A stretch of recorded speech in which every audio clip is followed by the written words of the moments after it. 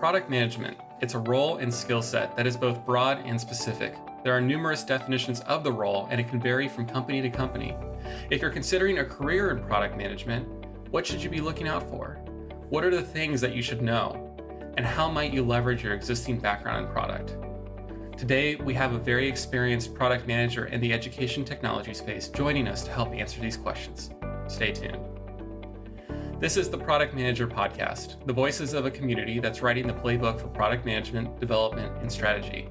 We're sponsored by Crema, a digital product agency that helps individuals and companies thrive through creativity, technology, and culture. Learn more at crema.us. Keep listening for practical, authentic insights to help you succeed in the world of product management.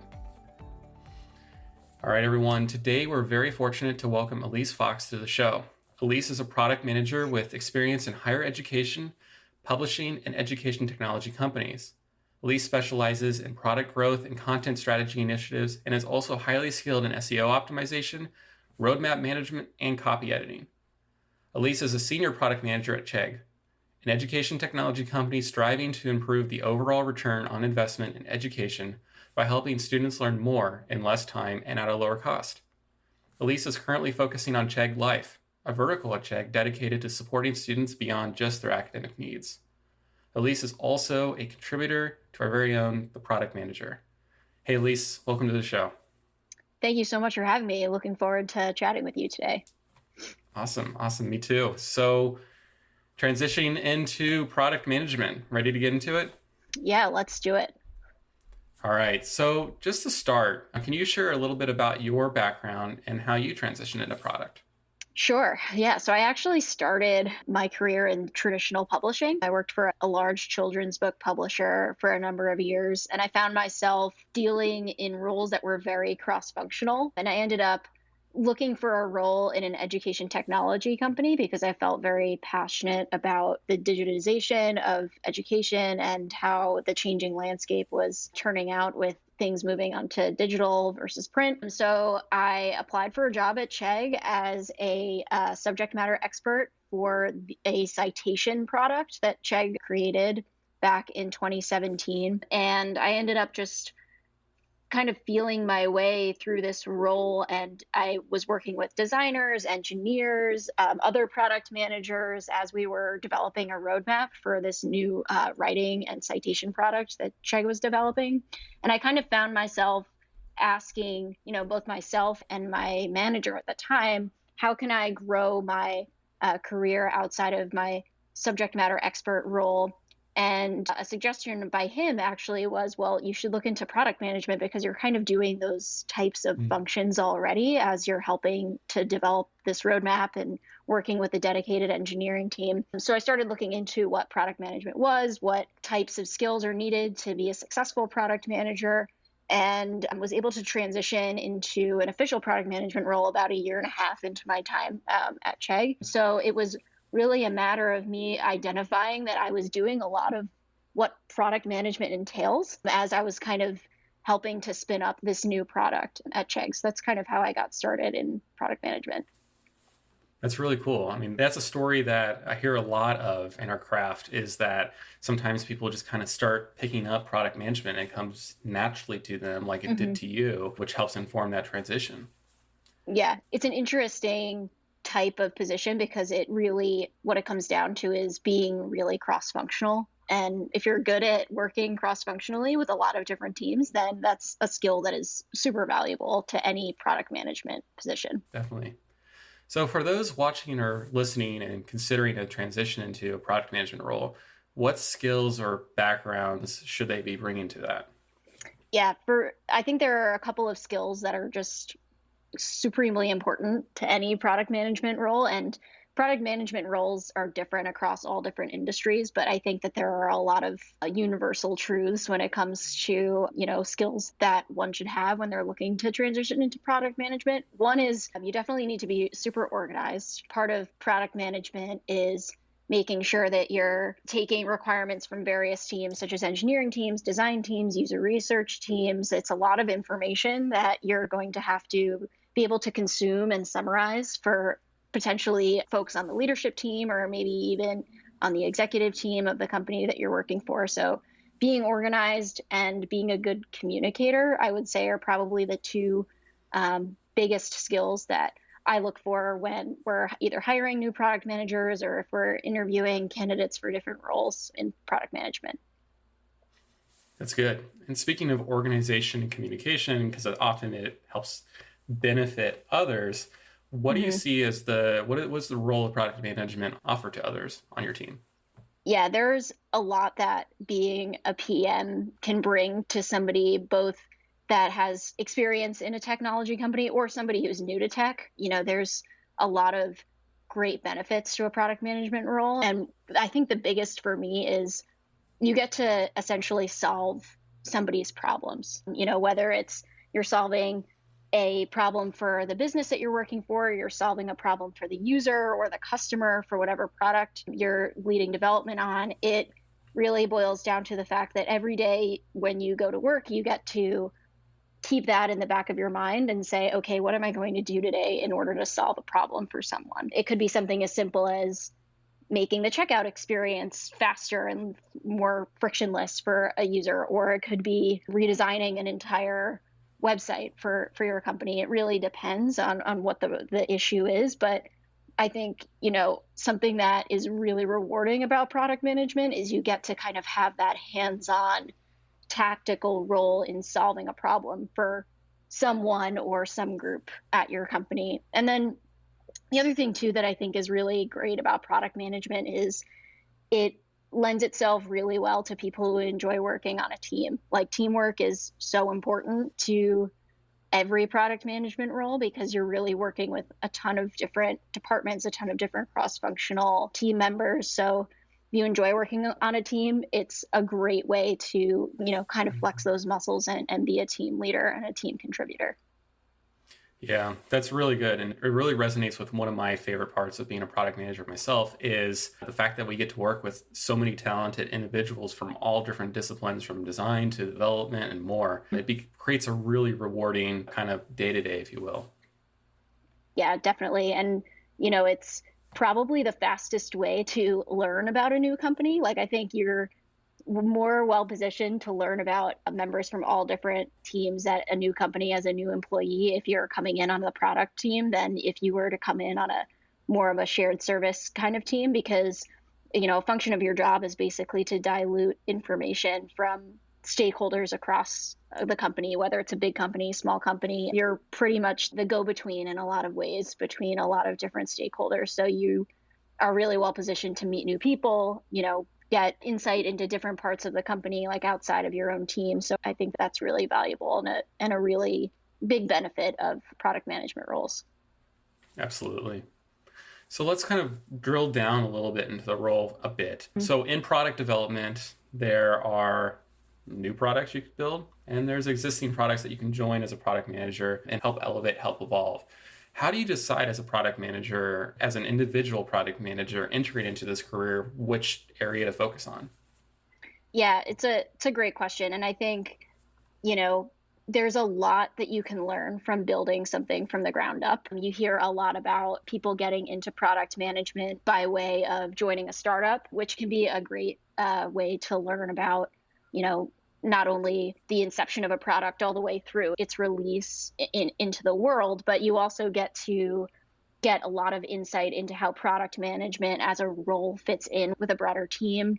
It allows you to be a little bit scrappier and a little bit more nimble because if you're working in a startup kind of environment or on a brand new product, it's a lot of testing things, failing, iterating, and you get to be kind of doing a lot of more cyclical kinds of tests and releases than you might be able to on something that's been around for a long time. I'd say the challenge with that, though, is you don't have a lot of historical data to make assumptions on. You, especially at the very beginning, might be flying a little blind. If you're working in a startup environment that doesn't have a very robust team, you might not have a lot of user research or have the resourcing to do interviews with potential users or customers that could kind of help guide your roadmap. So I think, like, for people who are uncomfortable with the unknown, that might not be like the best path forward for them. But on the other hand, if you're really into being creative, being scrappy, being able to transition between different work every single day, having every day be different, I know is something that a lot of people say they like about product management. And working on a new product can be super rewarding. Existing products, on the other hand, you might have a very well-defined roadmap already, whether you're inheriting it from another product manager or from, leadership at your company, or if it's just something that's been around for a long time. It can give you a really good grounding in what the next path forward should be, what the next group of experiments you should run should be. But on the flip side, there might not be as much room to be creative. You might have a lot of guardrails kind of guiding you in terms of these are the things that we know we can't change versus these are the things we know we want to iterate on. So I think it really depends on the person. And there are definitely pros and cons to both. I've done both, and both have been rewarding and both have been challenging in different ways. So I think it really depends on what you're looking for, like creativity versus more of a regimented kind of backlog of ideas to test. Yeah, that's very well said. And I think to add to that, from my experience, sometimes starting with an existing product strategically, there may be value to actually kind of not necessarily scrap that because you have users that are using that, but from a business perspective, needing to rebuild it into something more modern and kind of starting to build that other version of it on the side until it can come in and replace the existing product. And so sometimes there's even worlds where you're working on both maintaining an existing product as then you also are building the new one that will ultimately replace that as well. Yeah, absolutely. We've done those sort of things before. It could be something where you're updating the infrastructure of the back end of a product, which like isn't necessarily the most exciting thing to some people.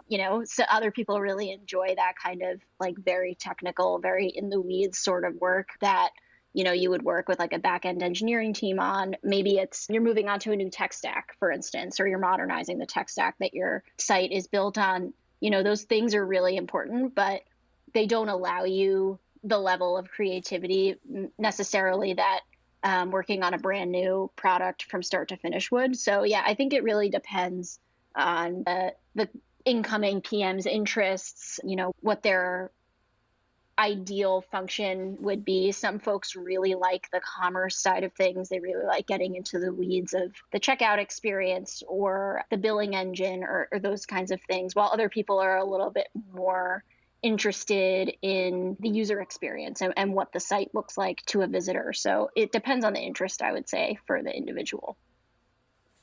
Definitely. So as a new product manager, should you look to focus into a specific industry for your career? I would say that, somebody who's brand new to product management, there's always this aspect of you don't want to eliminate a potential role just based on the type of company that it is, if you feel like you could gain meaningful experience from that role. But I do think that it's helpful to have some sort of North Star in mind about, this is the kind of company that I want to work for. This is the type of mission that, I'm interested in being a part of. Personally, I knew that I really wanted to work in ed tech because, I had some teaching experience in the past. I was working for a children's book publisher. So I had a little bit of insight into how products and materials could be leveraged in the education space. And I felt like being at the forefront of that in education technology made a ton of sense for me. So that helped kind of guide my journey into product management in the ed tech space. So I think this is really where people get to follow their passion. This is really where you get to say, maybe the first position I take in product management isn't necessarily in the industry that I'm really passionate about. But as long as you can identify in that position a way and a path forward for you to gain experience and to potentially leverage that into getting into the industry that you really feel passionate about, then I would say, don't discount anything if there's good experience to come from that. But I think this is really where, as a PM, you get to kind of chart that course for yourself and do some reflection on this is where ultimately I would like to be in my career. Awesome. So let's dive into the role itself. What are some aspects of the role of product management that our listeners should consider? Yeah, it's a very rewarding but sometimes very pressure-filled role, I would say. It's something that you want to keep in mind as you're considering a product management role is you need to love meeting with people. You have to be a people person. You need to be open to collaborating. And you kind of have to have this idea of being able to manage differing priorities. Like a good example of this would be maybe your design team that you work with says, hey, we need to do an accessibility audit across our site because we know that our UX isn't necessarily up to standards with the latest accessibility guidelines that have been set. And then your engineering team could say, we want to do that, but before we have to migrate to this new tech stack. And it's going to take 4 months to do that before we can even get to this accessibility piece. So you have to do a lot of managing expectations of other team members, as well as some prioritization of differing projects that you have fall onto your plate. And you have to be able to kind of manage those different expectations to different stakeholders in a good way and be just a team leader and be able to roll with the punches, be able to kind of have this notion that every day could be a little bit different than the one before and be okay with that and embrace that. And yeah, I think it's really just being a good team leader, a good communicator, and really a people person who likes working with different team members. Well said. And on that, it makes me think about a few things that of how I look at the role. So you mentioned like being able to roll with the punches, and to me that is resilience, and it is also the value of being flexible. Oftentimes we come across our own tool sets or processes or ways of looking at product that we have near and dear to our hearts as individual product managers. But as we are working with people and we're collaborating through teamwork every day, that flexibility and that personal resilience just allows us to help support our teams even more. Yeah, absolutely. And, it's not a role that necessarily allows you to be very set in your ways because things are always changing. It doesn't really matter if you're working for a big company, a small company, a startup, or a well-established, company that's on the New York Stock Exchange. Things change for everyone. Priorities change for everyone. And something will always come up that, kind of challenges your preconceived notions about like the best way to do things. But the cool thing about it is, that makes it sound like a very like stressful kind of like chaotic job. But the other way of thinking about it is you're always learning. Like you're learning new systems, you're learning new methodologies, you're learning new ways to organize your work, basically constantly throughout your job. So it's a great way and a great position for people who love to just keep learning and keep leveling up and keep feeling like they're continually engaging with new ways of doing things. And it's great for people who love to try new things as well. I love that. That is one of my personal favorite things about product management is there's always something new to learn every day. There's always new approaches, new content out there that's always informing how I approach product management. And it's so cool how things are just constantly evolving. And honestly, in order to, I think, be successful in the career, you really have to embody that desire for constantly improving and learning, or else a few years from now, you're not going to be able to sustain where you're at today. Yeah, exactly. And I think that there's a lot to be said for, there's always opportunity for formal learning. Like many companies offer product managers opportunities on a very formal level to either take courses or take part in workshops or, do those types of things. But I find, at least personally, that I've done most of my learning like just on the job because of the necessity of being nimble and being able to, just adapt the way that I work in order to help my team and help the company move forward with its initiatives. So it's great in a way because the learning is kind of already baked in. Like you don't have to really do a lot of outside learning, like outside of work, because you're learning as you go, whether you might not even realize it in a lot of times where, you kind of just have to as a necessity of being a good PM. So it can be a great position for people who like to learn new things. Yeah, and that actually brings up a really good point. And I know a lot of our listeners are probably wondering is if I want to get into PM, do I need to get certifications? Do I need to get Hmm. specific degrees or any of that? Or is it just something I can learn on the job? Yeah, it's a great question. I know that there are a lot of companies out there, the Googles of the world that have very strict kind of standards for PMs that they're hiring. Many of those companies, those big tech companies, look for computer science degrees. They look for certifications maybe in different areas of product management. But I would say that I've found from personal experience, I mean, I don't have a computer science degree. So in my own experience, like not necessary for my job, it definitely couldn't hurt. There are a lot of times where I would say, I wish I had a little bit more formal training in computer science because, like I was mentioning before, I've had to do a lot of learning on the job, kind of learning as I go, being open to doing that kind of learning as I've moved throughout my career. And it definitely would have been nice to have some formal background in computer science, but I don't think that it's necessary to get into product management. Like, I don't see that as a barrier to entry at all. I think more important than a certification is an openness to trying new things. Experience in a cross functional role is really important. Like, if you have maybe project management experience, the transition to product management can be really great. Or if you've had an operations type of role before where you were dealing with a lot of different stakeholders and managing work from many different stakeholders, like those are the things that I look for when I'm hiring product management candidates, because to me, the computer science side of things can be learned, can be taught, and can be absorbed through the work that the person is going to be doing. So I would say if you have a computer science degree, great. If not, it's not going to prevent you from being a really good PM. Yeah, I think that's really well said. And it's a debate that I have often gone down a really deep rabbit trail throughout my career on, but Hmm. have ultimately kind of concluded that there are so many ways to close the gap on kind of computer science, if you will, or development knowledge or more that is valuable to you as a product manager, specifically so that you can empathize with the development team that you're working with or the designers you're working with. I think knowing just enough to be able to have a level of empathy to be like, okay, I understand why this feature is going to take X amount of time to develop, and then that helps me communicate with the stakeholders or clients that I have, is just enough of what you need. And that can be usually covered in a really simple online short intro to X language that your development team is using course. Yeah, absolutely.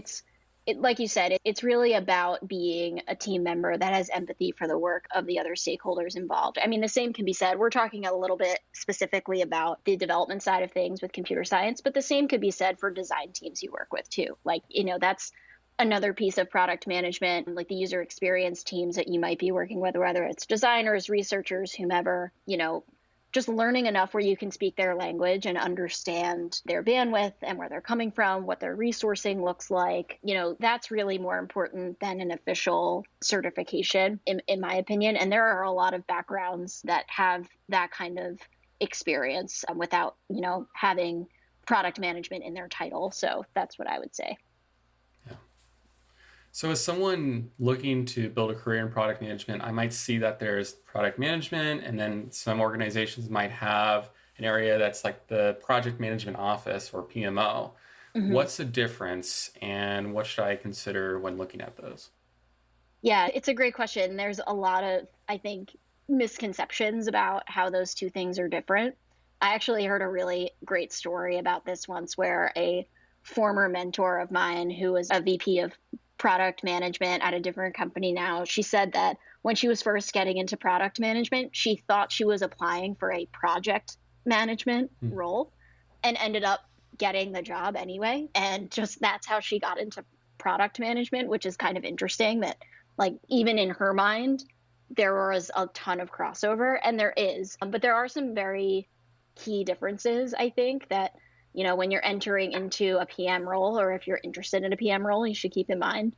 So the way I like to, talk about this with candidates or other people is, you know, project management to me is the how of how you're going to get something done. Whereas a PM is more responsible for the what.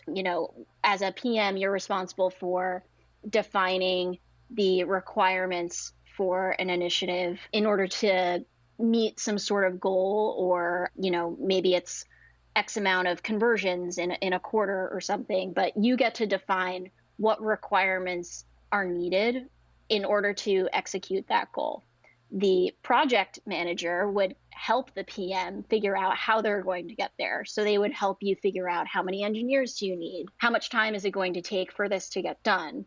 What are the other dependencies that you might have on other teams, such as, do you have a dependency on a design team, a data science team? Maybe there's another engineering team that you have to work with outside of the one that you normally do, because it requires some cross collaboration across different parts of your product. So I think that's really the best way to think about this. Is the PM is, what do we need to do? Whereas the PMO is, how are we going to get there, and how are we going to keep things on track? And the PM also, gets to say, these are the opportunities I think that the business has, through their testing and their iterating. And then the PMO would help them say, okay, based on those opportunities that you've identified, here are the ones that we can get done this quarter, versus here are the ones that need to wait because there's other projects going on that are higher priority for whatever reason. So I like to kind of split those two roles up in that way. Very cool. Something I would also recommend to anyone that is seeking a career in one or two of these areas is look closely at the company that you're applying for. Because personally, this navigating between these differences is something that I've also gone down many rabbit trails throughout my career on. And one of the conclusions I came out with is the reason why there's so many rabbit trails is because so many companies define PM role and the project management role differently. Sometimes they're combined. It really just depends. So what your mentor said is, it's you got to look at the role that you're applying for. Mm-hmm. Yeah. And it's so true, because even at, companies I've worked for within product management, there are times where, for whatever reason, maybe your team doesn't get assigned a specific project manager. So as the PM, you're kind of absorbing some of those responsibilities. But it really depends on the company. And sometimes it even depends within the same company. It could depend on the specific team you're working on, depending on how big the company is and what their resourcing structure looks like. So I definitely would say that as a new PM, it's great to have some experience in project management. It doesn't have to be specifically you don't have to be a project manager or anything, but I would say, showing some experience in planning, organizing, figuring out the right order of operations to get something completed from start to finish is a really valuable skill, because there is often some crossover between the two roles. Yeah. So being the people-focused and communication-heavy role that product management is that we've talked about, can you talk a little bit about how does a product manager build leadership through influence?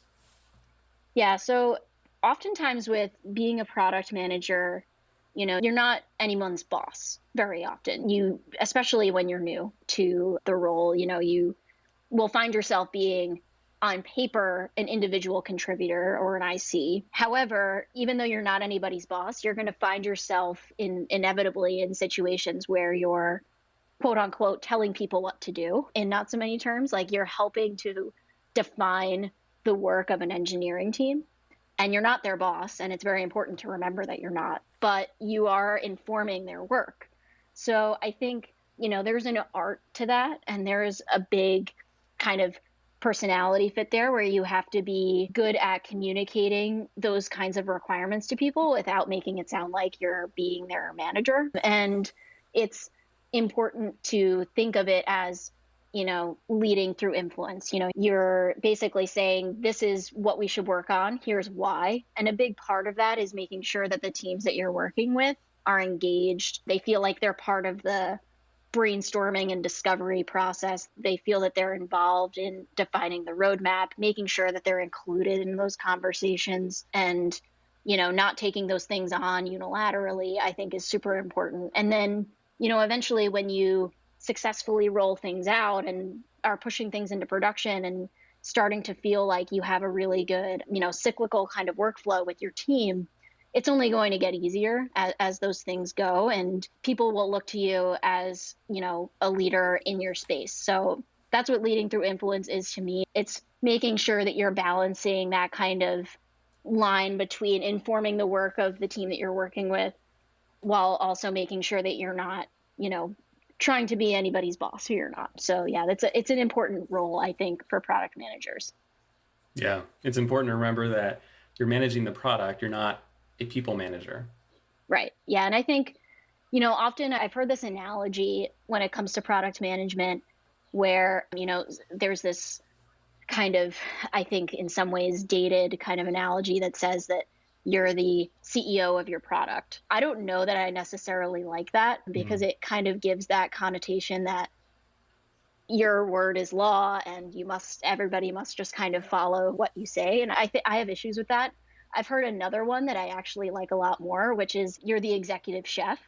So you don't own the restaurant, like somebody else owns the restaurant, but you're the person responsible for kind of figuring out what needs to get done at what time in order for things to be successful. So I would say, like, if somebody's looking for a good visual, like that's the best one that I've heard. And it kind of goes back to this point of leading through influence. Like, you're not their boss, but you are responsible for the outcome of their work in a lot of ways. That's really awesome. I love that new metaphor because I've also been seeking something to replace the CEO metaphor because I also agree it's kind of dated. Yeah, for sure. So before we wrap up, I'd love to ask some personal lightning round questions, if that's okay. Yeah, let's do it. So first, which of your personal habits has contributed most to your success? For me, I think it's organization. I have this tendency that, my husband will probably say can be annoying, but I really pride myself on being very organized and being a good planner. And I just think that's been critical to my success as a PM, being able to kind of predict the unpredictable as best I can, and then, kind of preparing for many scenarios at once and being organized in that way, I think has been really helpful. What's your favorite tool that you use regularly? Recently, it's been Figma. I've been trying to get more into being more collaborative with our design teams, and Figma is a really great tool to do that. It's a tool you can use to make wireframes, even, low-res mocks for different designs and things. I'm really bad at the design side of things. I am not a creative person in that way. But I've been enjoying trying as best as I can, and collaborating with UX designers with that. That's awesome. I've been getting into Figma for exactly the same reason too lately. It is a great tool. Yeah, for sure. So lastly, for someone at the start of their product management journey, what's the one piece of advice that you'd give them? Yeah, my piece of advice is really just, be open to learning as much as you can, be a sponge. And, if I look back on my first product management role, don't feel like you are,